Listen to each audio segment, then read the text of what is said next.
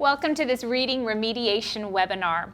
We've been excitedly preparing this, not only for the last couple of weeks, but even anticipating this, and a lot of it is simply because of what we've been hearing from our teachers and what are their needs.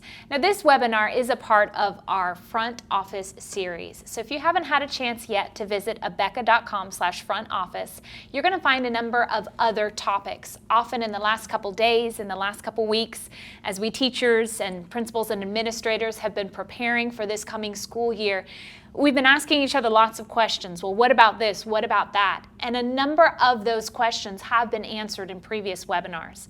So if you get a chance, take the opportunity to go to abeka.com/front office and just go through the titles of webinars. See some that may cover an area that perhaps would assist you in preparing for these coming weeks.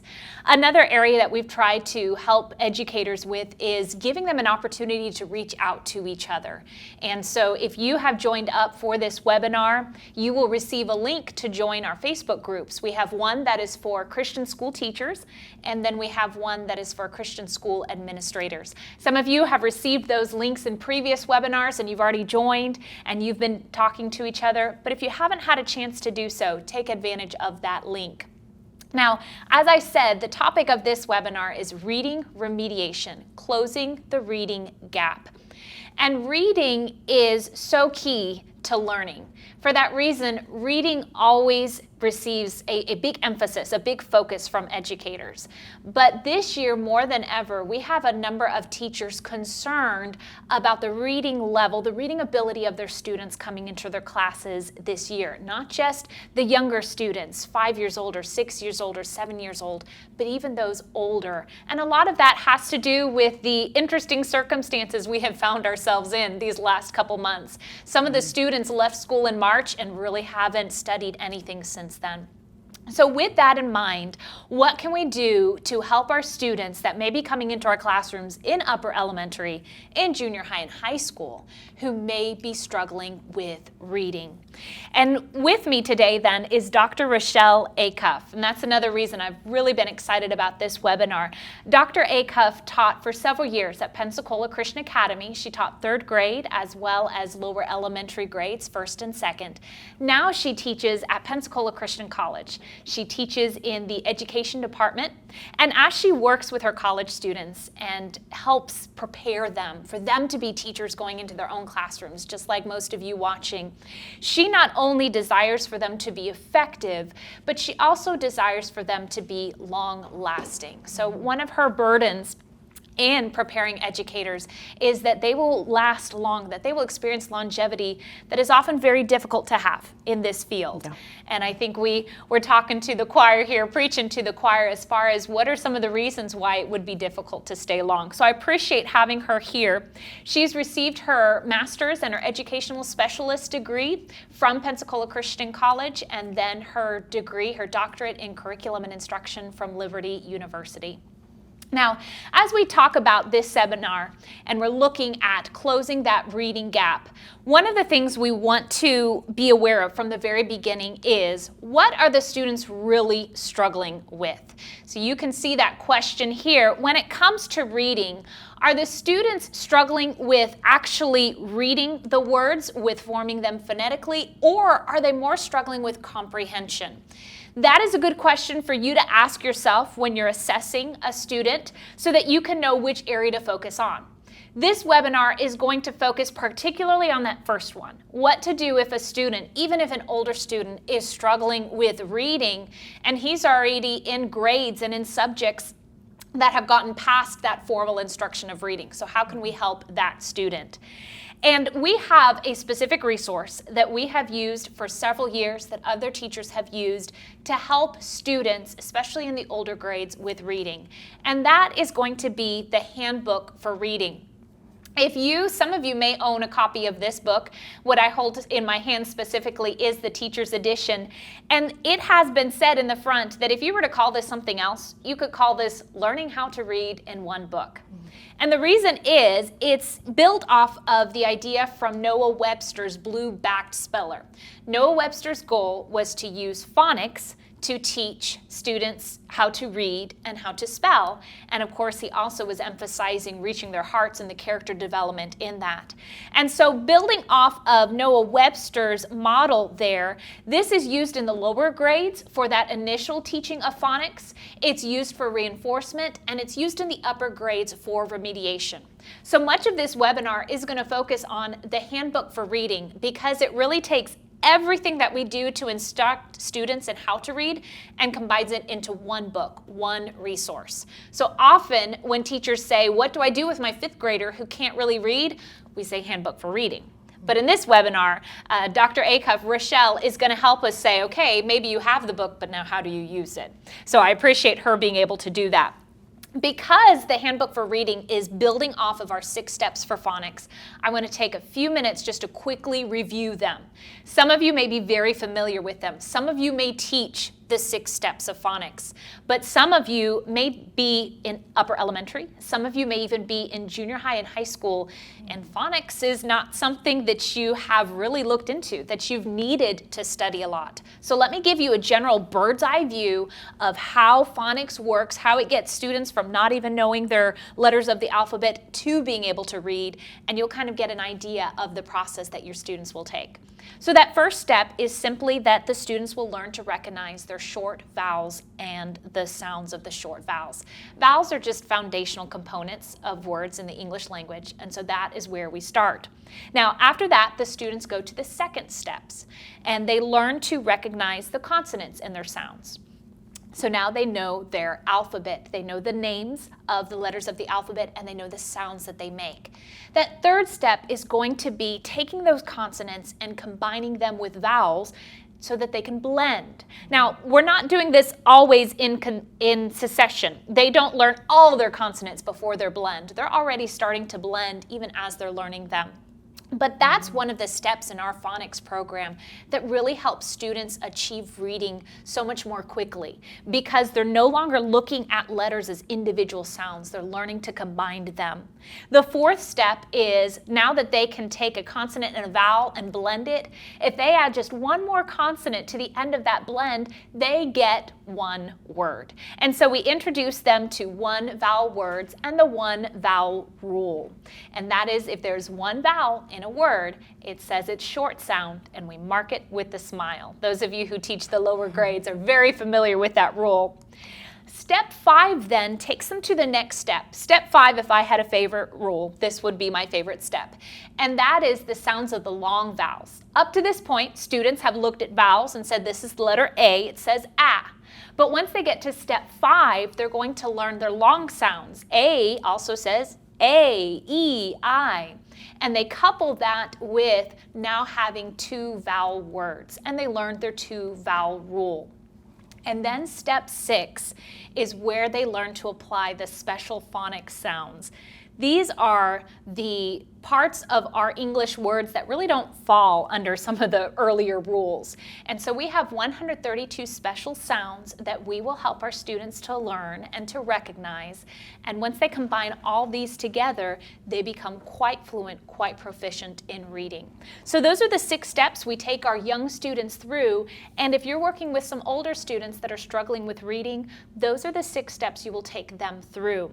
And we're going to be able to do that with the Handbook for Reading. And the reason that I appreciate this is in the lower grades, I know, Rochelle, you taught 1st, 2nd, and 3rd grade, you use so many visuals. Yeah. You have your phonics flashcards and your phonics charts, and there's so many elements to it, purposefully designed to keep the students interacting.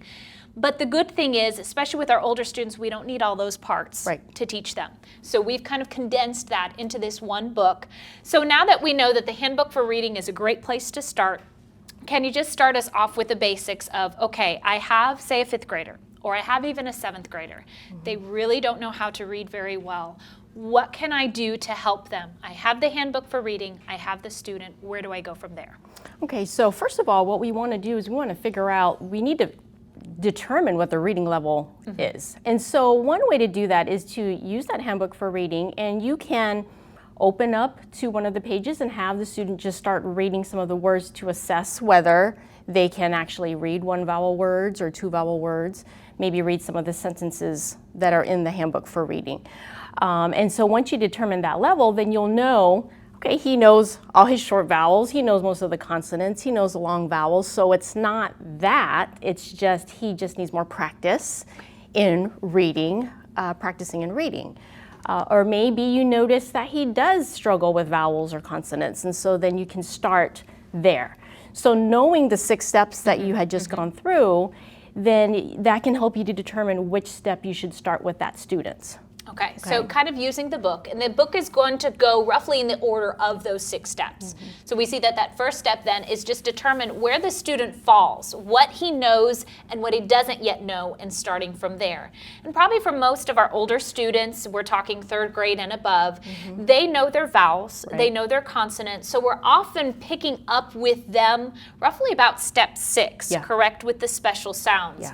And so step 6 is going to start a little bit later on in the book, and there's a pattern that we can do to kind of help them with their special sounds, and that's the pattern that I've asked Rochelle to share with you, because once you pick up this pattern, it applies throughout the book. And then wherever the student happens to fall and needs to work on, you can simply apply that pattern and use the book efficiently.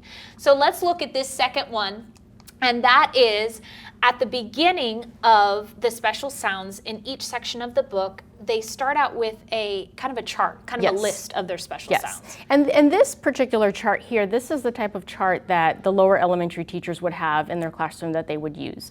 But again, if you're teaching upper elementary, junior high, high school, you're not going to have that chart, and that's fine. You could use this book as well. But like what Cindy mentioned, that with the way the book is structured, you are going in the steps that we've listed, the 6 steps. So at the very beginning of each section, you would have chart 6, and you would have a whole listing of all the special sounds for chart 6. This is chart 7, and we have all the lists of all the special sounds in chart 7, like you can see here. And so one thing that you can do that would be very helpful is you want to, if you're going to go over these special sounds with the students so that they learn it, it would be helpful for you to go through the entire chart and say the sound and say the clue word. So in lower elementary, and I've done this, you teach them, A says ah as an apple, A says ah, ah, ah. You say that whole phrase, that whole sentence. With the older students, I don't think that's necessarily something you have to do with them. I think that's making them say that whole entire thing might make them feel like they are in kindergarten or 1st grade. So here, with the first one, you could just say burn bride, during drum, and just say the sound and the clue word. Now that clue word there is not intended to be a sight word, and I wanted to mention that because I think sometimes people think these are sight words, but they're just clue words. They're just a word that the student can hold on to that has that sound in it so they remember. So as a teacher, I would say each sound and clue word and go through the whole list and just have the student hear how it's pronounced. And then what would be helpful is you as a teacher say the sound and then they repeat it and just go through the whole thing. Burn bride, burn they bride. Say it. Right, during drum. During drum. And just go through the whole list. And then I kind of think of it as a 1, 2, 3. First step, I say it all so they can hear it. Second step, I say it, they repeat it. Third step, let's say it together. Okay, so then we would read it. So the first time you would just read it. It would just be you saying bur in bride, dur in drum, per in pray. Yep. Then you would say, now you say it after me. And you would say bur in bride, I would say bur in bride. Yes. And then the third, and we're doing this in order, correct? Right, yes. The third would be together, we'd say bur in bride, dur in drum. We go and that through would the be whole a good thing. way to start off with this chart. Because then it really, by that third time, that student has heard it 3 times, and then they get to say it. So it's nice because they can see it, they're saying it, they're hearing it. So they're doing a lot of the senses. So then you could even have them do it again, and let's say it together again. So if this was the first day we were doing this, I would stay in order. The second day, if we were to meet and go over this again, I would do the same thing and let me say it, and then you can repeat it, and then we'll say it together. Third day, maybe I could say, let's say it together. The fourth time, maybe I could start going out of order. And I think you can tell with the student whether or not they're getting comfortable with it, that you can start to go out of order. So if you look at that chart, you could start at the beginning and go straight down to the end, or you can start with split and swim and go start at the end and go back to the beginning. You can skip around, and I would, because I think we all know as teachers, students will memorize the order of something unless you mix it up. So that's how you could handle teaching the chart like this with the students. And with the chart, on that first day that you're meeting with a student, you may just spend time on the chart. Yes. But even after that, even as we get to kind of the next step, we're going to focus on the specific sounds in the chart. The chart was a general overview, kind of introducing the student to a number of the special sounds on that chart. But then we start going to the specific sounds that are seen in the chart and practicing just that sound. But I know, Rochelle, you were saying, even when I get to the specifics, at the beginning of the time we meet, we still go over and review that chart. Right, and I would recommend doing that just because it kind of gets them warmed up and refreshes their mind about the special sounds that they're learning. So go over that whole chart again, and then focus on the specific special sound. And in the Handbook for Reading, usually one page has one special sound, and then sometimes one page has two. So you can gauge with the student how quickly you can move through all of that. But once you get to that specific special sound, a page that has that special sound, at the very top of the page you'll see the special sound. So here you see spade and cur and crab. I would have the student practice saying those sounds at the very beginning. And sometimes at the top of the page there may be a little tip or something to remind you, or maybe a hint that you can teach the student about that special sound. And then you can then proceed and start reading some of for instance here, these are blends in rows 1 and 2. And blends are not words, they're just special sounds with vowels. With the vowels. Okay. And we said blending, step number 3, is very important. It's an important step because if they can blend, they can read that word faster. And blending, the way that we do it, helps to reinforce left to right reading, which is what we want the students to be familiar with. So then you can point out to the student, if you notice in rows 3 and 4, you will see 3, 4, and 5, you will see that there are words with that special sound in it. So we're practicing that special sound as we read these words. And so what we see then is, okay, practice with the chart every day and then focus on the special sound specifically. They're again going in spade, and then they're practicing some blends on this particular page, and then moving on to words. And then you even see at the bottom, there's a little bit of a poem. There's a little bit of a paragraph. Right. And just doing that, if they master that special sound that day, then the next time you meet, you again review the chart like we've seen, and then you go on to the next special sound. Now, kind of as we're going through wanting to make this into steps, we see that the next step is going to involve follow the suggestions in the teacher's margins. And I think that's one of the greatest aspects of the Handbook for Reading is if you're using it as an upper elementary or junior high school teacher, you may not be familiar with teaching from this. First and second grade teachers say, hey, this is my book. Right. I know how to use it. But the directions, the suggestions, the guiding in the teacher's margins really helps give you some ideas. And we've got some examples here, even as we see another chart. And this would help you as a teacher be able to go specifically and say, even if I'm not normally teaching reading, how could I keep the student involved? How could I keep him engaged with this? And so we see here, if you're looking at the margins, there's the review, and it kind of tells you how to review it. There's the reading the page, the word challenge. But I noticed, Rochelle, if you don't mind, this is saying Chart 8 Review. So again, we've already seen there's charts. We'll take each chart, then focus on specific sounds. Tell us about what the review hopes to accomplish after each chart. Okay, so in the Handbook for Reading, at the end of every chart, there is a page like this that's the chart review. And so what it does is it gives the student an opportunity to practice reading words with the specific special sounds in that chart. Now, there will be other words listed that are from previous charts because we don't want them to forget sounds in charts 6 and 7.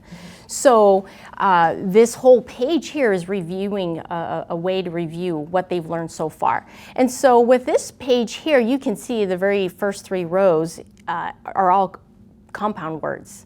And that could be something that you can point out with the student to see if they can pick out that these are compound words. And if they're struggling, you could split up the 2 words to help them to see that if I can read one part of the word and then the other part and put it together, it's not as scary as it looks. It's a big word. And for some of your older students, sometimes it's not the shorter words that they struggle with, it's the longer words. And because it's so long, sometimes they get intimidated by that, not knowing that I can sound it out if I just take it piece by piece. And then here underneath it, you see that we have some other words on this page that again have special sounds from previous lists. So the thing that's nice about the Handbook for Reading is that it not only gives you an opportunity to learn and to really emphasize those special sounds, but there are a lot of words in here that you did not have to think up on your own that are listed here that are giving those students the extra practice that they need. So with these, you could have the student read just across, read number 4 and have them read across. And if they're struggling, you can help them sound it out. And then I would always go back and have them try to reread it again so that they can be faster at reading it. You can go across, you can have them start at the circle and go down. So start at number 4 and read down under that column, under the yellow circle, and go all the way down to number 9. Start at the square and go all the way down. You can have them go up and start at the bottom. Start at fur under the yellow column or the yellow circle and go up to the top. To throat. So that's, variations of it. Instead of just going across every single time, you can mix it up. One thing that I don't typically tend to do, and I don't really encourage it, is just going backwards. So starting with brain and then arm and neck. I try to keep it with the left to right and up and down, and rather than going from right to left reading. Because sometimes that does have an effect on their brain. If they start practicing reading things the opposite direction, their minds start drifting, or their eyes start drifting there and from right to left instead of the opposite. Yes. So that you've kind of already then gone on to our next step, which I just want to emphasize, and that is adding variety with the students. Go have them read down the column, have them read across the column. What are some other ways that as a teacher you could add variety to going over these pages, especially again, if we're working with 12 and 13-year-olds or even 9 and 10-year-olds, that we're going to need to keep them engaged with us. Right. And some of the things that you can do with these pages is you could have the students give you another word that has a special sound in it. So if the special sound you're working on is k and duck, and you've read through the words on that page, you could ask the student, can you think of another word that has the k sound in it? And typically k and duck comes at the end of a word after a short vowel. So that's something that you could have them do. Sometimes the way that the book is set up, and if you look on the side column with the teacher's edition, so for example, on number 4, all of these words have something in common. I'll go back to that screen there so you can see it. For chart 8. So number 4, throat, neck, arm, and brain. So they read those words, and then you can stop and ask them, what do all those words have in common? And right here, you notice on the side, it gives you some ideas under word challenge. For row 4, these are parts of the body. Row 5, moo, cow, sheep, and wool deal with animals and their characteristics. So not just having them read the words, but see if there are similarities in those words there with that. So some of these pages, they purposefully have done that so that it's something for you to point out.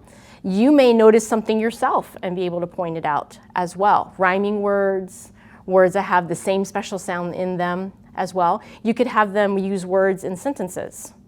So for example, if you say, give me a word that has the k in duck sound, and I say quack, because that's what comes to mind, and then you say, yes, quack has the k in duck, now put that in a sentence. Yes. And I would probably say something about the duck quacks. Right. And that's probably more of a younger child example, but we could still do the same with the older children. Now kind of a question to you, this just came to my mind, especially with older children, we're thinking of how to challenge them, how to keep them engaged. Would it be appropriate, or is phonics more oral? Would it be appropriate, for example, if I were 13 and I said quack, and you might say, okay, now write that in a sentence. Yeah. If I put some writing in, is that going to take away anything from the oral part of phonics? I don't think so. I think that will be good variety if you have them write it down, because for some of them, I think if they can write it down first and get their thoughts down on paper, and then you could say, okay, what did you just write? Read to me what you wrote. You could even have them, with the older students, I want you to use 3 of these words on this, rows 4, 5, and 6. Pick 3 of those words and make us, come up with a sentence, and then right? read the sentence. Exactly. And then probably if we're able to work one-on-one, they're at the chalkboard or they're at a whiteboard. They're at something that's a little more interesting sometimes than their normal paper and pen. Right. So those could be some ideas. Yeah. And so we kind of see these steps like, okay, you tell me the Handbook for Reading is going to help students learn to read in one book. But if I have the Handbook for Reading, what am I going to do? Well, as you can see, these steps kind of give you an idea. Even if you start at the beginning of the book with your students, even if they're struggling with the vowels or the consonants, well, even with the vowels, there's still almost a chart format where it shows all the vowels and then it starts focusing on specific vowels, or it shows many of the consonants before focusing on specific consonants. So still follow that order where we've seen decide where they are, focus every day on the overview, that chart, then focus on the specifics, get many of your ideas and suggestions from the teacher's margins, and then add that variety. And the teacher margin suggestions will help you with that variety, but then as the teacher, you're going to pick up on some things too to help them. So that's kind of using the Handbook for Reading in a nutshell, isn't it? Right. And the Handbook for Reading is nice because you may notice that some pages it just seems like it's just a list of words, but really they have to be comfortable with just reading individual words, because if they can read mouth or noise individually, when you put that in a sentence, they should still be able to read that word even in a sentence. And so a lot of these pages also have sentences at the bottom of the page, so that way then they can take their knowledge of phonics and then use those words in sentences. So you practice individual words, but then you go a step further and you practice reading in sentences, because that's what they are going to do in their readers, in their history book, their science book. They're reading in sentences, not disparate words. Not the specific ones. Right. And then there is also one more resource in the Handbook for Reading, and that's in the back of it. So they have a number of charts with the special sounds. And then as you, the teacher, try to challenge them to know how to read other words with these special sounds, you don't have to come up with them on your own. But as you can see, here's one page out of many where it takes a special sound and then has multiple words. And Rochelle, you were saying earlier, look at these words. They are longer than a lot of the words in the book itself. So especially if you're working with older students, challenge them to read some of these longer words. And we're going to get, in fact, we're about to segue. We've seen that this pattern works for any student, even adults, learning to read. But what are some things that we can look at specifically with older students? If we are working with a 13-year-old, with a 15-year-old, and he's using this book, and we know that it is often used in 1st through 3rd grade, and how can we make him feel like he's not doing something that is too young for him? I think the first thing you had mentioned was be age appropriate. Right. And it is, it is the way that it's designed, it is intended for the younger grades, but it's in how you approach it with the student. If you talk to them like they're a baby and in 1st grade, then they're going to feel like they are. But you can explain to them, look, this book is going to help us to be able to practice what we're doing, and you don't have to point out the pictures to the students, you don't have to baby them, but you're just using it as a resource.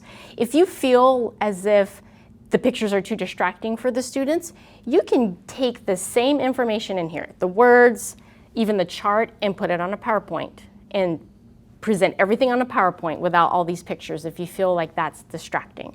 You could put it on a chart, you could put it on a poster or flashcards even, if you feel like maybe it's too distracting for them. But really, you could take this book and teach an adult to read and not make a big deal. Right. Yeah, the focus is the words. And they need to start off with something that's pretty basic just to get the flow of everything. But be age appropriate with them, and then I think mixing it up, maybe doing PowerPoint or writing on the chalkboard or a whiteboard can also help. With that. Get that variety. And that is one of my burdens, teachers watching, is that sometimes most of my time teaching has been with the older students, with 7 through 12, with 9 through 12. But I know I have had sometimes a foreign student who came from a foreign country and his English was very poor. I have had some students that come from different schools. Right. And I've always thought in the back of my mind, what would I do? If I'm normally teaching Beowulf and Milton, how do I help someone to read? And my goal is that even if you're a chemistry teacher or if you are a government teacher, or even a math teacher, that you could take this book, you could follow the steps, and you could help your student, because that student will probably be far more engaged with you, his teacher, than if the first grade teacher came and helped him, or the second grade teacher came and helped him. So realize that you can have the same approach to him that you would have in geometry class with teaching reading, and that will go a long way. I think the other thing too that you had mentioned is go at the student's pace. In your mind, this is easy. Right. Surely he knows this, but he doesn't necessarily. Right. And our temptation, and I think as teachers sometimes we can get very impatient with our students, and it could be in any subject, but go at their pace. If you know that he's progressing through some things quickly, then go ahead and speed things up. But then if you notice that he's struggling in certain areas, then slow down and make sure that he understands. And if you need to say, just listen to me say it, and then you try it. And do that several times, but kind of, you know your student, and so you can kind of get an idea of how quickly you can move, or if you're going too slow and they're starting to get bored with it. And keep in mind too that sometimes if it's an older student, he's going to want to rush. He's going to want to act like he knows this. But if he doesn't, you're going to want to stay with him and keep him there. I know another thought that you had written down was plan ahead of time. Yes.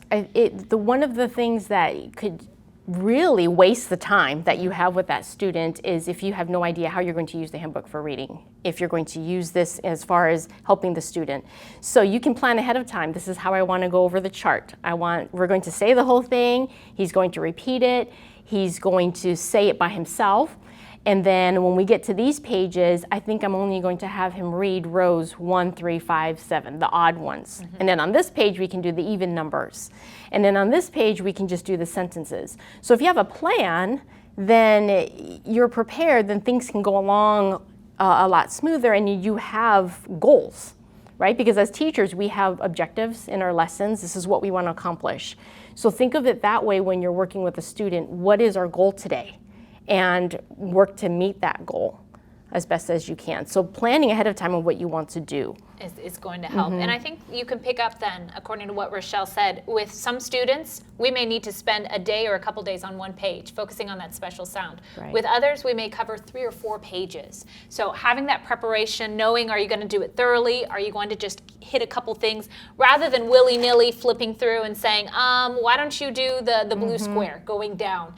It may end up being a great column, or you may end up thinking, oh, I actually should have picked the other column. It would have practiced words that he needed more. So taking just a few minutes, it doesn't take long, but just plan out that strategy. And I think the last one we would just say is what Rochelle mentioned earlier. Use the PowerPoints, use the chalkboard, use the flashcards. It doesn't have to be all from this book. Take some of those great suggestion words in the back of the book and put them on the PowerPoint or project it and have them read it through there. So those are some ways that you can challenge older students. Now keep in mind, at the end of this webinar, Rochelle is going to be able to answer some of your questions. So if you're picturing a 14-year-old and you have a specific question, well, I'm trying to think through what I would do with that 14-year-old or what I would do with that 8-year-old, jot it down in the chat feature there at the bottom of or the Q&A feature at the bottom of your screen, and we'll be able to get to that. I think we then go on to, sometimes the readers, our students know how to read, they're just slow. So what are some suggestions that you would do or you would give for helping slower readers? They know their phonics, but they're just slow. Right. And I think in many cases, it probably is the fact that they can read. They're just not used to reading. So they might come from a school where they didn't have a lot of reading assignments, a lot of reading homework, and then now they come to your school and they do have reading homework. Every night. Yes, and they're not used to that. And so once they get into that routine, sometimes it helps them to improve and to go quickly. Maybe if they're slow, maybe there are specific phonic sounds that you need to kind of help reteach to them or teach them, so then that way when they come across those sounds, then they can be a little bit faster with that. So with the slower ones, it could be confidence. They don't think they can, and with your encouragement and your assistance, then they can actually just cheering them on. Yeah, exactly. So filling any of those phonics gaps, exercising, teaching them dividing words into syllables. So again, they might be slow just because some of the words are so long. But if you can show parts of the word and help them sound it out, and then they read it and have them try to read that word again, read that sentence again. It can help them to develop more confidence in reading, knowing I can attack a longer word. And you had mentioned that earlier, like with the word meatball, we had seen on the one page. If they can do meat and they can do ball, Right. they can do meatball.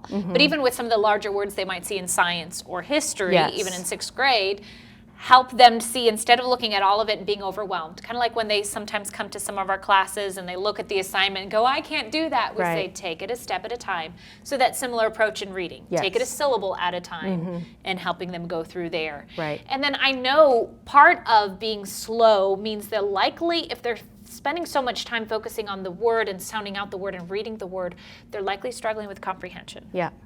Yeah. So that would be another thing. If you are working with a slower reader and you're able to work one-on-one with him, emphasize that comprehension. And in just a few minutes, we're about to get to some comprehension suggestions, but just realize maybe even more than just a struggling reader with a slower reader, build up that comprehension. Questions is fantastic. Exactly. And even if for slower readers, there's nothing wrong with quickly going over all the phonic sounds and having them say it again, because it could be that maybe there are some that they're not familiar with, that once, that's TH can say, it's just, it has two different sounds. So once they know that, then it might help to increase their speed a little bit more with that. And you had also mentioned, this is going to be the last comment we have on helping slower readers, and that is just these students may not be used to practicing. So practice reading. Sometimes it's just they haven't read much at all. So take their science book, take their history book, and read with them for a few minutes. Yes. Have them read out loud. Yes. Would you also suggest even sometimes you reading some and then the student reading some with Yeah. that one-on-one? I think that would be a good way. I think the student would enjoy that. If the student read a little bit, and we're talking about reading out loud, so that you can actually hear what they're reading and you can correct things. But if they read a little bit and then you read, they can hear the speed, the intonation. If you say pause and they're not understanding what you mean by pause, and you say, here, listen to me read it, and then you read it, many times it's, oh, that's what you mean by pause or stop. And I think that would be a fun way, just for variety, to just read back and forth. But you really do want to have the student read out loud for you so you can hear the progress or the problems, and you can address that. And so we can just keep in mind, if a student's coming in from another school that may not have had a lot of reading, just taking maybe once a week, time 15 minutes, and just reading with him, giving him more of that practice. And I know I also, in the older grades, and even in the 4th through 6th grade books, they have a number of these, but you have some speed reading charts. And here you can see a picture from 7th through 9th grade literature. They have words per minute charts. And that's where, even as the student is reading a selection for homework, he can kind of keep track of how long it takes him, get an idea of his word per minute, and then he can challenge himself to build up that word per minute. So that will help him in the future as he gets more writing or reading assignments. He's not so slow. And just real quick before we get to some of our questions, what are some quick comprehension suggestions, Rochelle? If they're fine with reading, but they are struggling with comprehension. Right. And that's the thing. As secondary teachers, junior high, high school teachers, you're assuming that they're coming in knowing how to read, but that's not always the case. Many times they are very poor readers, and so for you to teach the content and then they have to read it on their own, it's very difficult. So it would be very helpful if they can practice reading small passages on their own and then respond to questions. So you have questions that you can ask them after they read a small passage. And so with Abeka, we do have some reading comprehension books and things like that they can use. And as you can see here, reading comprehension. Yes, it is 5th or 6th grade, and again, you don't have to make a big deal out of it. You can, on one page, you have a selection of reading, and it's very interesting, it's informational. And then on the back page, there are questions that are there, and then the student just circles the answers, or they could do it verbally. But it's just a very easy way to help them to build their comprehension by doing that. And these are incorporated into the elementary, but as Rochelle said, yes, they may say 4th, 5th, or 6th, but they are great tools for even 7th through 12th. Yes, getting a student to be able to build up that comprehension. Yeah, and these are just these are one page, just a page, but the adventure series are several pages, and it's longer, and so that might be one that you build up to. And so, there are questions in the book as well that they could answer to kind of build their comprehension with that. So, and these are specific resources that Abeka has, but you can also just use resources that you already have or your student already has. Their history or science books would work well. Use history book, science book, open up to maybe a content that you're going to teach. Have them read 5.1 out loud, or assign it to them for practice on their own to read it out loud, and then ask questions about it. So to see, are they understanding it? And if you feel like that one whole section is too long, okay, try just a few sentences. Read 5 sentences and then stop and tell me what you read, or here's a question. Okay, read another 5 sentences, and then just build from there. If it's too overwhelming to read a whole paragraph, break it up. Even one sentence, if they need down to one sentence. And I think the big thing there is just the questions, getting them to stop and think about what they've read, because many of them haven't gotten into that habit. And then just another simple, easy to use comprehension suggestion is they can do this on their own, but as they're reading their literature homework or their history homework or their science homework in upper elementary and the upper grades, have them write 1-sentence summaries or 2 to 3 sentence summaries about what they read. It's challenging. Try to do that. The next time your pastor preaches a sermon, go home and write a 2 to 3 sentence summary of it. You're going to feel your brain working. Smoke might be coming out of those ears.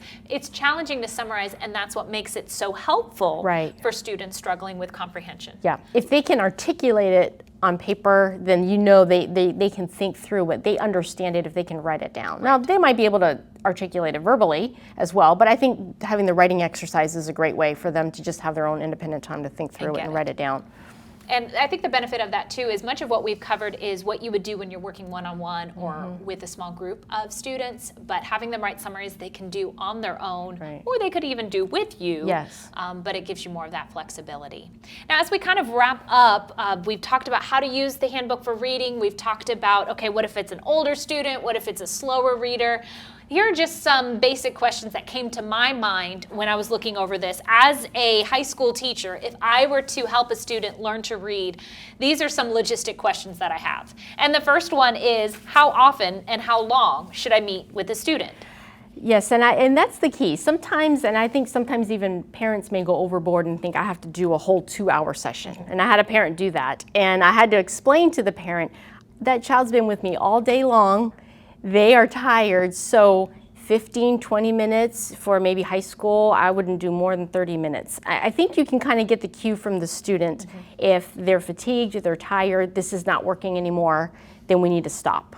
So at least 15 minutes. And you could meet every day if you want. If you felt that, wow, we need to start from the very beginning, then you could meet every day.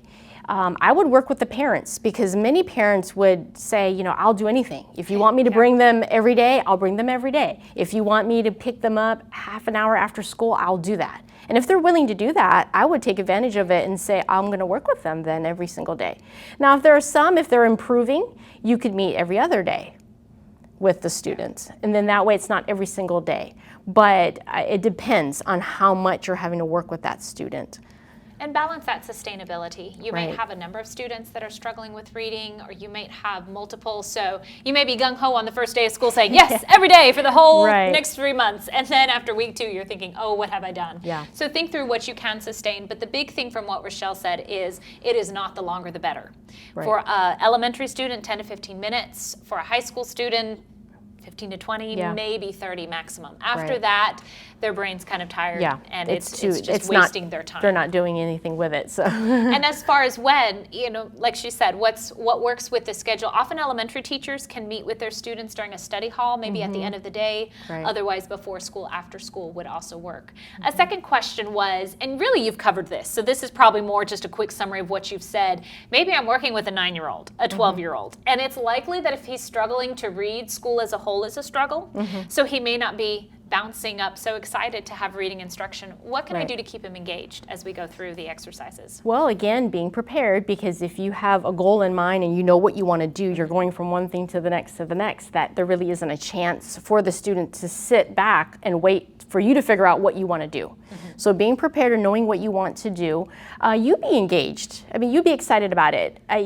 If a student sees that you're not excited about helping him, or if he feels that this is a waste of your time, or he can sense that you just don't want to be there, they're really not going to want to work with you. And so, but if you're positive and you praise and just give encouragement, I think that's going to help keep them engaged. You can even do something like giving negative examples of something to see if they're understanding if it's a good example. So for example, if you said, if we're working with the special sound k and duck, and you say, okay, I'm going to give you a word. You tell me if this word has k and duck in it. And you said the word like. Okay. They would have to figure out that wouldn't be k and duck, right? It wouldn't. So you're trying to kind of give, I would say, a negative example to see if they are really, truly understanding it. Some of your older students, I think that would be something that would really get them to think about that. With that, do all these words have burr and bride in it, and then have one word in there that does not?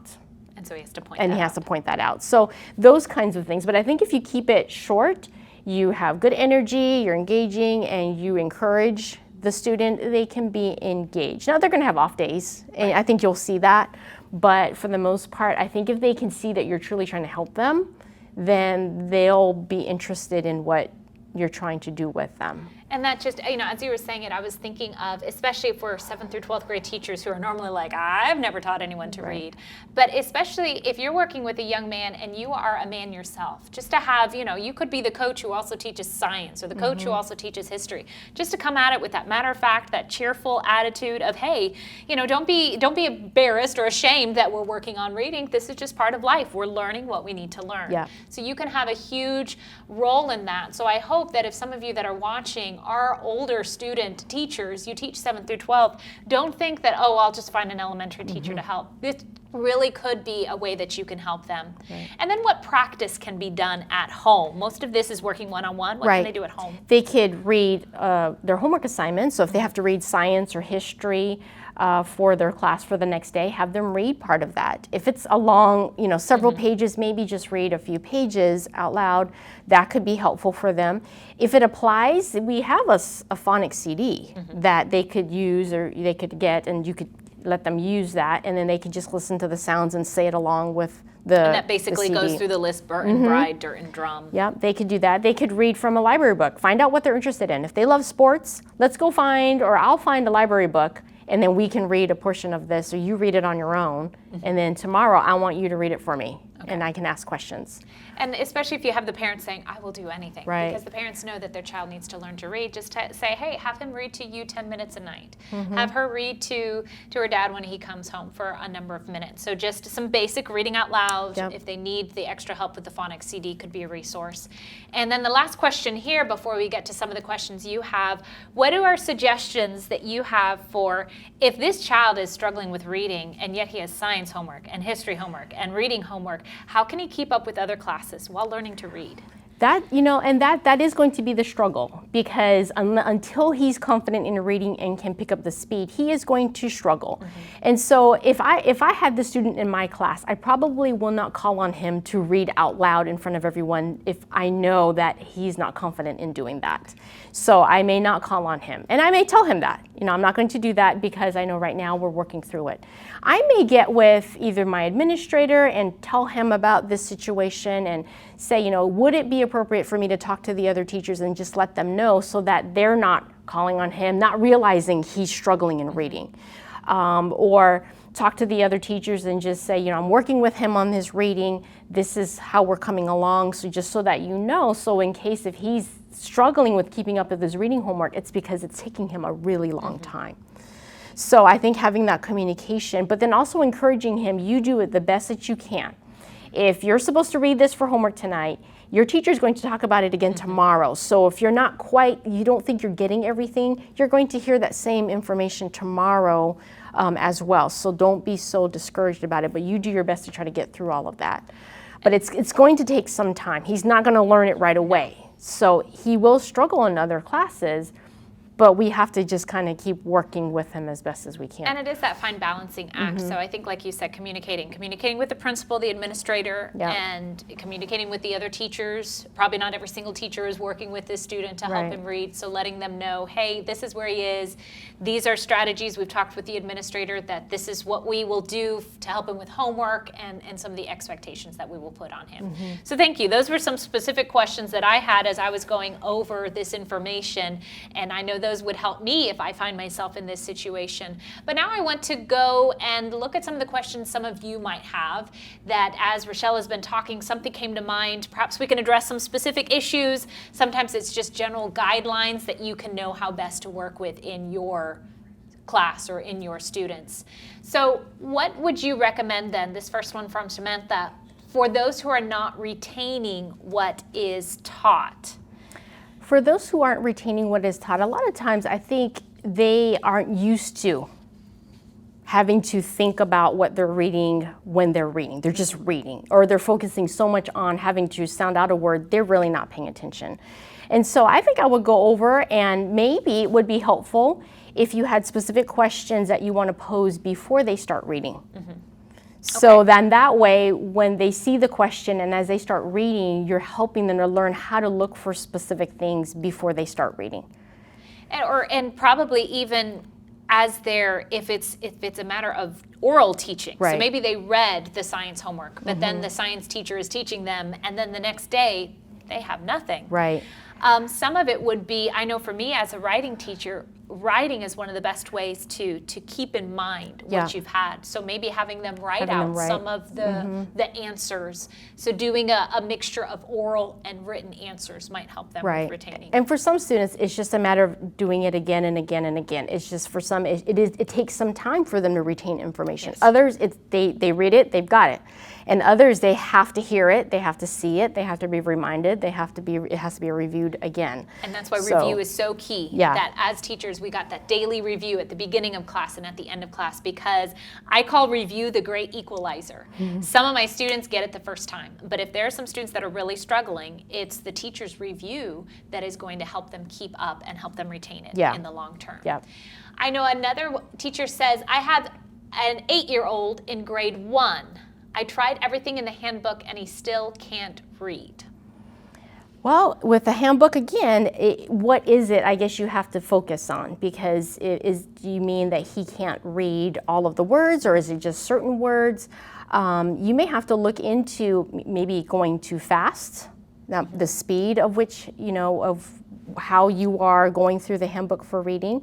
It could be the practicing with it as well. So sometimes you have to take into consideration some of these students, they're not going to pick up on reading as quickly as others. Some of them, it's going to be slower, but they can work toward being able to read with that. And if it's a severe case, you might have to talk to somebody, a reading specialist in particular, to see exactly what could be going on, because maybe does he need glasses, or maybe if he's dyslexic, somebody in that specialization would have to be able to diagnose that. See where is that. See where what the problem is with that. I know I was talking with a teacher who came down to Teachers Clinic about a year ago. She was an upper elementary teacher, and she was telling me how she had a 10-year-old come to her class, and he could not read, simply could not. He'd come in from the public schools, and at the public school, they had said he will never read. The reading specialist at the public school said he will never read. But this teacher refused to accept that, and she did. She just took him through phonics, and she worked with him, and he was able to read. And so I know, one of the reasons that we emphasize this phonics approach is we've seen again and again, even with struggling students. So there could be a couple things, as you said, that go beyond a student having learned phonics yet, but could be some other things that would be a help to you. What are your suggestions for an assessment of older students' reading level to get a baseline? Well, you could use a very short passage, kind of like the reading comprehension, to kind of get a baseline to see where they're at. You could start with one of the grade levels, and then if it seems too easy, then go up. If it's too difficult, then go down. and kind of get an idea that, okay, the fifth grade reading materials actually seems like a baseline, like they do well with the materials on a fifth grade level, and then go from there. You could do that. Even if it's just reading individual words, a lot of these books have, like the Handbook for Reading, you can have them read individual words and then make notations of, okay, you know, are there specific words that they're having a hard time with? Write that down. Is it certain longer words that they're having trouble with? Write that down. So with the assessments, I think you have to take into consideration having them read long passages and words, and just to see. Because can they do that with it? So it's kind of nice if they're struggling in high school, take it down to elementary and see if some of the elementary books can be of help to them. And even if they're struggling in elementary, go down to lower elementary. Even in the second grade, there's reading comprehension readers that you could use. And even those speed and comprehension readers, the purpose of them, even in the normal classroom, is how fast can a student read and still retain his knowledge. If he has to read very slowly and yet comprehend, then you're just working on speed. And so kind of determining that. And those reading charts will help you with that. Another says, what if the student knows the word on page 2, but then stumbles on the same word on page 4? Well, it's one of these things where maybe could you take that word, put it on a card, put it on a chalkboard, and have them sound it out, and then have them read it, and then have it on another card or another piece of paper and have them read it there. I think sometimes they think it's a brand new word, but it's the same word they had just read there. They could say it several times. Have them use it in a sentence. Go to that page. This was just like what we read earlier, and have them go through it. I think sometimes they just think it's on a different page. It must be a different word. Okay, but this is just teaching them and if you see that they've done that many times, you can be working with them and just helping them to see these words still are the same no matter where we find them. Right. How would you help a child that is good at recalling for comprehension, but struggles to really answer questions that involve problem solving or a great amount of thinking skills? Right, and so that's that higher level thinking, having to synthesize and take that information. So then you as a teacher is going to be key in that, because you're the one who is going to build their comprehension, in that I can ask lower level questions, but then I have to little by little increase the type of questions where they're having to now synthesize information and apply it. And so you're going to be key in that, because that starts with the lower grades. And then once, they start learning how to do that, it's going to build as they get older. But I think you are going to be the key in helping them to develop the problem solving and things like that, so that they can make those connections. So you might have to segue. Say, okay, what do you know about this? Okay, knowing that, then how can we look at this? So sometimes they kind of need you to help them connect the dots. And once you kind of go through that with them, some of your students are going to start figuring out, I've got to think about what we've learned earlier in order to answer this question. And whenever I think of problem solving, I think of math, and I know it's not just the only realm of it, but math really helps their thinking skills, period. Most of your students probably aren't in geometry yet, but one of the things that we challenge math teachers to do is have the student solve a problem, but then have him write out his explanation of how he solved the problem. And that would be combining the writing, the language, with the problem-solving aspect. And that just might help be one further strategy, along with Dr. Abeca's strategies of how can I help him. But I think consistency, patience. I am fortunately, for better for worse, was the type of student that I don't get it, bing, I got it. And my parents almost gave up on me learning to ride a bicycle, until finally one day I just rode a bicycle. So sometimes with students, there's no progress, and then finally it clicks. Just don't give up before that clicking part. Another one, is there any training for parents on how to motivate children to read more to develop fluency? I have found out that some elementary students, or even older, do not read unless they are forced to. I think one of the things that I tell my students in one of the classes that I have in teaching reading, I suggest to them, when you start having children, you start reading to them at an early age, because that's a great bonding time with your child, and then they can hear words, they can hear how you use words. And so I think, you're starting with that with them at a young age is going to help. But I think parents, just encouraging them, find out what the child's interests are and find books, find magazines and things like that that would address those interests that they have and encourage the child to read. What did you read? What did you learn about? Tell me what that says. And that type of thing. And I think that would help as well, because if they see that you're interested in something they're interested in, then I think that would really increase their reading. Yeah. And I think if they see you like to read as well, we're going to have some time where you're going to read your library book, I'm going to read something, and they can see mom and dad are making time to read, so this is an important thing. Yeah, very important. And even, I know some families have family read-alouds, and to some that maybe seem very foreign, but if you're helping your parents, just say, hey, 10 to 15 minutes a night, get a book that all your children and a family will enjoy and just read one chapter. A great list of books is, if you go back to the Newbery Award winning from about the 1920s to 1990s, once we get into 2000, sometimes the content can be a little, but those are great selections that are ageless, so every member of the family would enjoy. You could even, the parent could read a couple chapters and then move on to the next book. So if the student wanted to finish it, he has to then pick up. And then just a last suggestion, books on tape. If the family is listening to books whenever they get in the car to go to church, or especially to go on a longer trip, those could be some ideas of how it could help. Carolina says, how can I help my students to read correctly the simple past tense of verbs? I correct them immediately, but next time they read it, they forgot the right pronunciation of those verbs.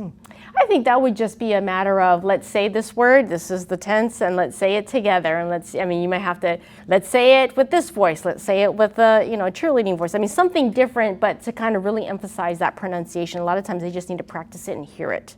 Now, one of the things that Carolina's statement, sorry, I said it in Spanish, Carolina. I'm getting ready to teach some Spanish classes in a couple days, but one of the things that Carolina had said was, I correct them immediately. And I don't know the context, but I know when we're working with first or second graders, if a student mispronounces a word, we first ask the student to sound it out correct, and that way he's not just copying. So it could be a matter of having him stop and then having him sound it out. So he has to pay attention to the D or the T that's making it different. And then after a couple tries, then you saying it. So sometimes just getting him to say it rather than copying. Because sometimes if they copy, they just move on. They don't think much more.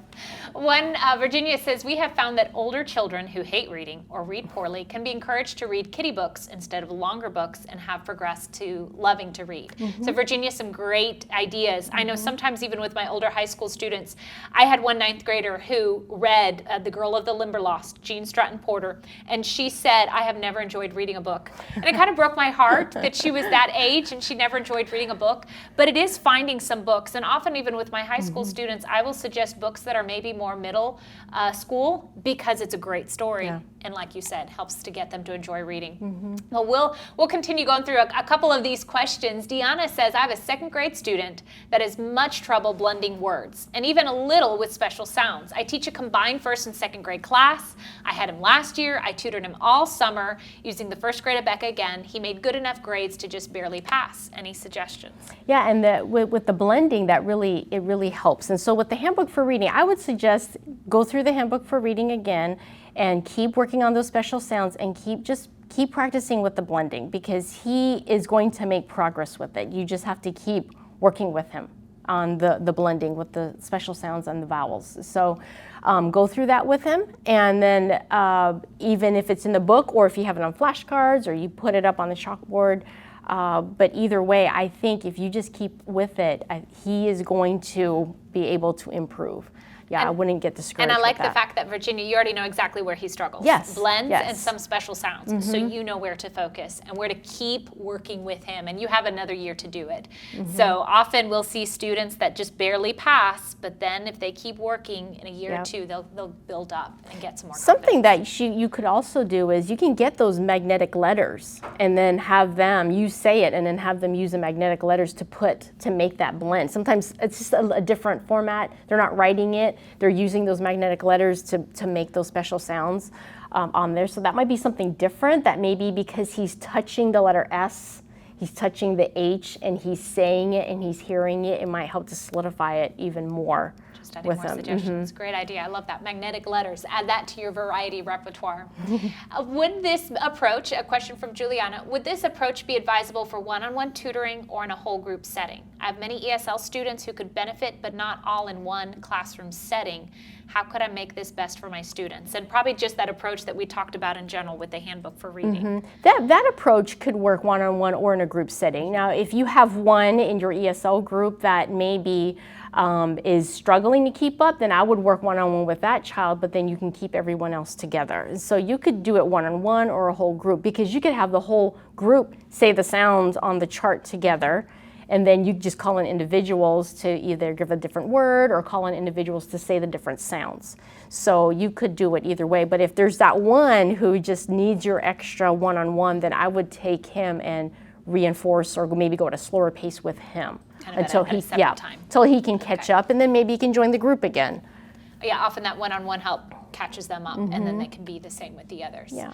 How about from Mayola? I would like my teachers to view this presentation. Will it be available later this evening? Now, Mayola, these webinars are recorded. They're placed onto abeka.com/front office. It's usually within 24 hours, though. I could not confirm that that would be available this evening, but by tomorrow, we should be able to have that for you within about 24 hours, early next week at the very latest. From Shannon, how can I encourage a 14-year-old who struggles with reading to read out loud? He doesn't enjoy reading. Would it help to read to him? I think it would help to read to him. I think if he can find, and I think the key too is, let's see if we can find a book that he would be interested in. And maybe you start reading out loud and maybe have him read certain parts, maybe not read everything. So start off, hey, why don't you read this character's lines? And so you're sitting there together, and so the main character, if it's a boy or a male main character, you read his lines, and then you take it back and you read everything else, and now it's your turn again. And so maybe just kind of sneaking it in that way, he may want to read more because, I actually kind of like this. There's a lot of dialogue, and maybe they don't like all the narrative or the descriptive parts, but maybe the narrative portions might be something he might be interested in.